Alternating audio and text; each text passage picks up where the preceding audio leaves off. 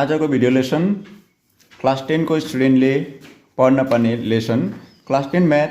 chapter 1 real number exercise 1.3 question number 2 त्यहाँनिर तपाईले question देख्नुहुन्छ prove that 3 + 2√5 is irrational prove that 3 + 2√5 is irrational यो number चाहिँ हाम्रो इरेशनल नम्बर हो यो इरेशनल नम्बर हो तर यो चाहिँ इरेशनल भनेर नै प्रुभ गर्नुपर्ने कसरी यो चाहिँ इरेशनल नम्बर भयो त तपाईले क्लास 9 मा पढ्नु भएको छ यो रेशनल हो यो इरेशनल हो रेशनल प्लस इरेशनल फाइनलमा के निस्किन्छ इरेशनल हो भनेर तपाईले क्लास 9 मा पढ्नु भएको छ सायद कोरोना भाइरसको महामारी पेन्डेमिकको कारणले गर्दा स्कुलहरु बन्द भएर त्यो समयमा तपाईले यो पढ्न पाउनु भएन होला हो र अब तपाईलाई याद होस् रेशनल प्लस इरेशनल नम्बर हो यो त याद छ यो एउटा फ्याक्ट हो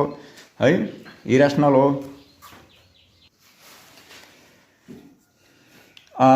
3 + 2√5 इज इरेशनल अब यसलाई हामी कसरी प्रुभ गर्न सक्छ भन्दाखेरि चाहिँ कन्ट्र्यारी मेथड कन्ट्र्यारी भनेको चाहिँ स्टेटमेन्टलाई उल्टा लिएर हैन जस्तो हो भन्ने स्टेटमेन्टलाई चाहिँ होइन भनेर चाहिँ हामी स्टार्ट गर्ने छौं यहाँबाट ल अब हेर्नुस् है त यहाँ प्रुफ गर्ने PROOF proof let 3 + 2√5 is irrational छ यसलाई चाहिँ हामीले लिने रेशनल हेर्नुस् है यो चाहिँ के हो कन्ट्र्यारी हामी के गर्दै छौं एज्युम गर्दै छौं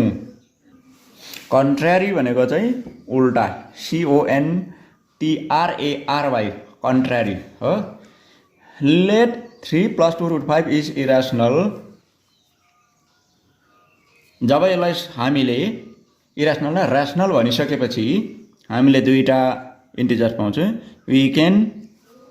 find two co-prime integer INTEGER co-prime integers A and B co-prime integer भनेको बुझ्नुहुन्छ यो भन्दा अगाडिको भिडियो पनि छ तपाईले यहाँनिर कोप्राइमको बारेमा मैले बताएको छु त्यहाँनिर तपाईले हेर्न सक्नुहुन्छ त्यसको लागि डिस्क्रिप्सन बक्समा तपाईले जान्नु नि यसलाई यहाँ तल ल A and B such that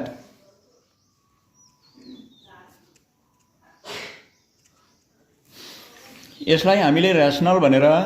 job assume गरिसकेपछि हामीले के गर्न सकिन्छ दुईटा कोप्राइम इन्टिजर्स A र B हामीले फाइन्ड गर्न सकिन्छ पाउन सकिन्छ जस्तै यहाँनिर 3 + 2√5 लाई अर्को बुझ्ने भाषामा भनौं भने A/B यो रेशनल फर्म हो हैन यो सित कम्पेयर पाउन सक्छ यसले रेशनल नम्बरको के हुन्छ B कहिले पनि 0 हुनु हुँदैन वेयर B ≠ 0 अब बुझ्नु भयो अब यहाँदेखि उँधो के गर्ने त भन्दाखेरि अलिकति एउटा सानो सिस्टम छ तपाईले राम्रोसँग सुन्नुहोस् यहाँनिर 3 छ + 2√5 छ यो √5 चाहिँ एक्चुअली प्रब्लम के हो भन्दाखेरि चाहिँ √5 को कारणले गर्दा यो जम्मै इरेशनल भएको हो तर जबरजस्ती हामीले यसलाई रेशनल भनेर मानिलिँदै छौं ठिकै छैन त्यसै कारणले गर्दा हामीले यसलाई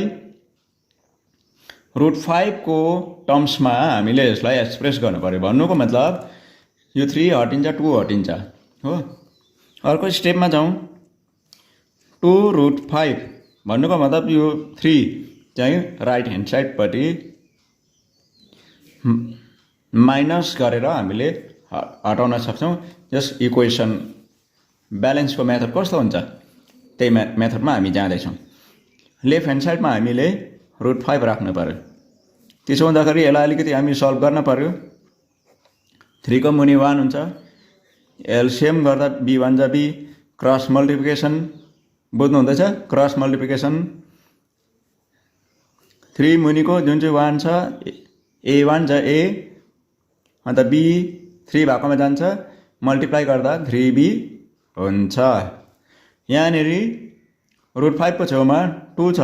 यहाँ नलेखेर यो √5 सँग मल्टिप्लाई हो राइट ह्यान्डमा जाँदा डिभाइडमा जान्छ यसको ठाउँ हुन्छ मुनि हो गर्दाखेरि हामीले यहाँसम्म √5 निकालिसकेका छौं √5 निकालेपछि यो इक्वेसनको नाम 1 राखिदिउँ ठिकै छ हैन अच्छा अब यसलाई हामीले राम्रोसँग विचार गर्नु हो भनेदेखि चाहिँ यो के हो इन्टिजर्स हो कि हैन हामी हेर्दै छौं हेर्नु है since A and B are INTEGER integer यसलाई जेटले देखाइदिउँ हैन इन्टिजर्सलाई सर्टकटमा जेटले देखाइदिउँ अब हेर्नुहोस् यहाँ √5 इक्वल्स टु यो A पनि हामीले अघि नै एज्युम गरेको छ integers z minus 3z integers divided by 2 integers देख्नुभयो यसो गर्दा के आउँछ integers minus integers नै आउँछ integers into integers आउँछ यो भयो के हो rational number integers by integers हो integers यो के भयो integers by integers ले के बनिन्छ हाम्रो rational number बनिन्छ यसले के इम्प्लाई गर्छ द रुट इक्वेसन 1 यो 1 मैले यहाँनेरि लेखेको छु यो तपाईले देख्नु हुँदैछ हैन यो चाहिँ के भयो 1 इज के भयो rational यो integers by integers भएपछि हामी के बुझ्छौं इक्वेसन 1 चाहिँ rational भयो यसको इम्प्लिकेसन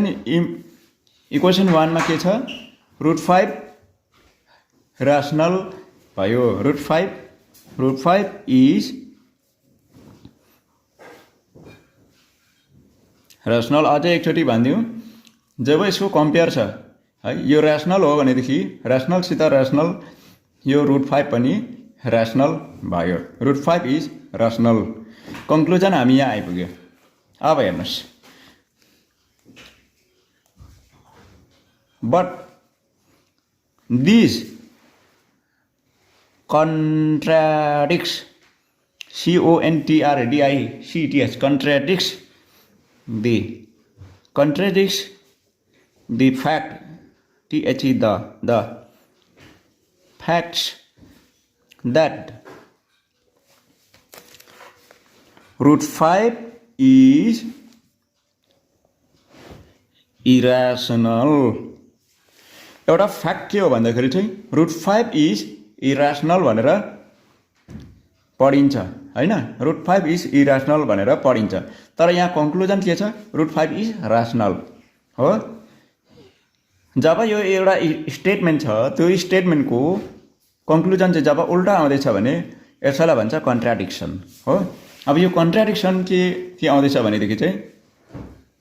therefore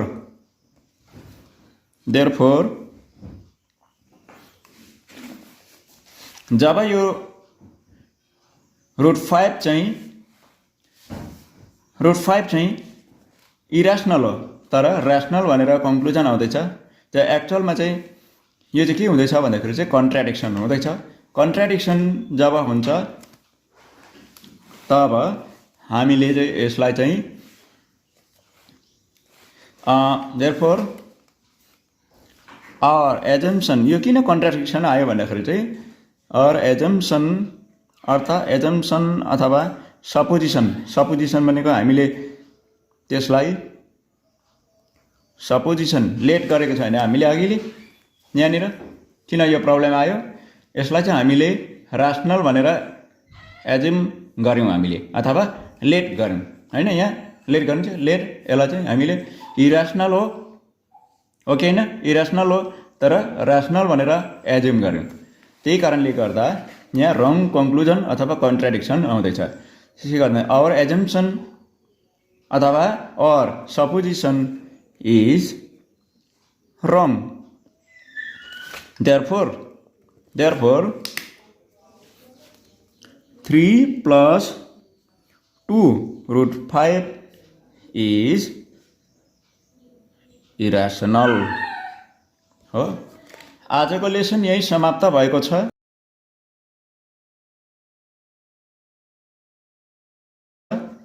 त्योभन्दा अगाडि तपाईलाई होमवर्क म दिदैछु तपाईले यहाँनिर ट्राई गर्न सक्नुहुन्छ होमवर्क यो होमवर्क तपाईले जरुर गर्नुहोस् म अर्को दिदैछु 5 plus 3 root 2 यो नम्बर 1 माथि नै लेखेको छ प्रुफ दैट 5 plus 3 root 2 अर्को छ 6 plus 2 root 3 नम्बर सी मा यहाँले भर्खर जसरी सिक्नुभयो एक्ज्याक्टली यही मेथडमा तपाईले गर्दा हुन्छ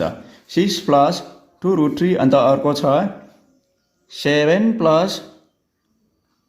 5 root 6 ल हुन्छ यति नै तपाईको लागि होमवर्क यहाँ दिएको छु म यहाँबाट बिदा लिदैछु र आशा गर्छु तपाईले यस च्यानललाई सब्स्क्राइब पनि गर्नु होला हुन्छ थ्यांक यू